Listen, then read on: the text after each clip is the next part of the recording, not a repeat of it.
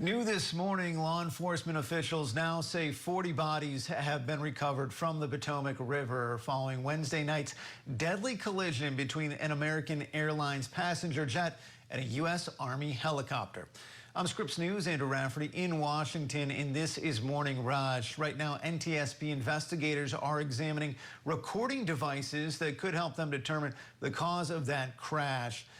Those cockpit voice recorder and flight data records from American Airlines Flight 5342 have been recovered, and they're now being examined at the agency's lab. The devices, which you might have heard, are called black boxes. They're actually orange, but they store critical information about in-flight performance as well as recordings of communication inside the cockpit. Meanwhile, the new details are surfacing about safety concerns at Reagan National Airport. According to a preliminary report from the FAA, staffing inside the control tower was, quote, not normal at the time of the crash. A source inside Reagan told ABC News that 2 controller positions were combined into one that night, but that doing so was also, quote, routine. So we have team coverage for you this morning with White House correspondent Serena Marshall standing by with details of the Trump administration's response to this disaster. But let's begin with national correspondent Maya Rodriguez, who is live for us at Reagan Airport this morning. Maya, good morning. Bring us up to speed on the latest with this investigation. Yeah, well, Andrew, it is raining now here at the airport, but divers are still making their way into the Potomac River to continue this recovery mission. So far, they have pulled the remains of 40 people. That includes the 3 U.S. soldiers that were on board the Black Hawk and, of course, the passengers that were on board the American Airlines jet. Like you mentioned, overnight, the NTSB said they had recovered the black boxes from the American Airlines jet. That is the voice recorder and the data recorder. What they're hoping to get from this is some insight into the moments that led up to this deadly collision over the river. Right now, those devices are at the NTSB lab. At this point, the recovery mission is continuing. Defense Secretary Pete Hegseth has said that the black box from the helicopter has not been recovered yet. We're also learning that just 24 hours before this collision, there was a near miss, if you will, here at the airport. Basically, a different American Airlines jet was coming in for a landing. There was a military helicopter nearby. The onboard collision avoidance system on the jet alerted the pilot to that helicopter. They had to do what's known as a go-around maneuver and basically avoid the helicopter. It did manage to land safely here at the airport a short time later, but it goes to the whole issue of congestion in the skies over this particular area near DCA. Now, the NTSB is continuing their investigation into what happened, and the chair says they will be looking into 3 factors that may have contributed to this collision. Take a listen to what she had to say about that.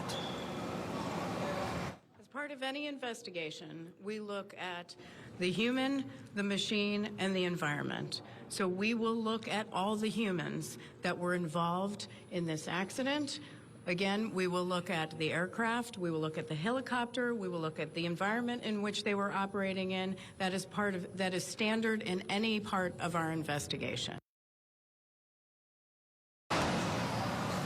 So while it's not unusual to see helicopters up and down the river around the airport as planes are coming in for a landing or taking off from here, that particular night, the Associated Press says a preliminary report from the FAA shows that there was one person in air traffic control handling both the chopper traffic and the airplane traffic. Like you mentioned earlier, Andrew, it's not an unusual configuration, but it is one that they say really shouldn't be normal at this point. Again, this goes to the whole issue of staffing considerations when it comes to air traffic controllers. There has been a need for more air traffic controllers in airports all across the country. Andrew.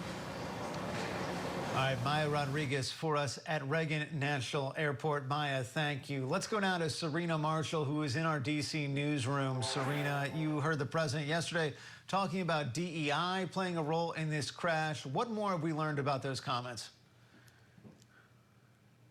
There's no evidence to support the president's claim. It's unclear if he's referring to something that has not been made public, perhaps, but it seemed to be that he was implying the diversity, equity, and inclusion under his predecessor, President Biden, and Pete Buttigieg as Transportation Secretary were to blame for this crash. I'll let our viewers take a listen to those remarks themselves. My administration will set the highest possible bar for aviation safety. We have to have our smartest people.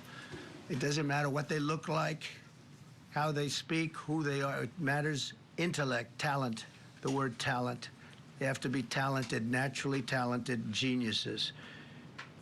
You can't have regular people doing that job. They won't be able to do it. But we'll restore faith in American air travel. I'll have more to say about that. I do want to point out that various articles that appeared prior to my entering office, and here's one. The FAA's diversity push includes focus on hiring people with severe intellectual and psychiatric disabilities. That is amazing. Now, some of the language we believe the president was referring to from that article had been on the FAA website since 2013, and including during his first term in office. And, Andrew, according to the New York Times, there was a pilot program that began on the FAA. It's called the Aviation Development Program. It was for 20 people with targeted disabilities to work in air traffic operations.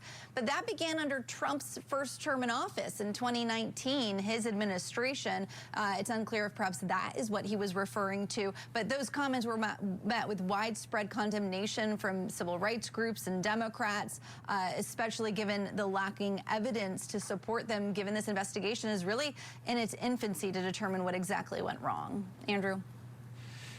You know, we even saw Pete Buttigieg on social media talk about the Biden administration's efforts to increase funding for those air traffic controllers. So a lot of fact-checking there.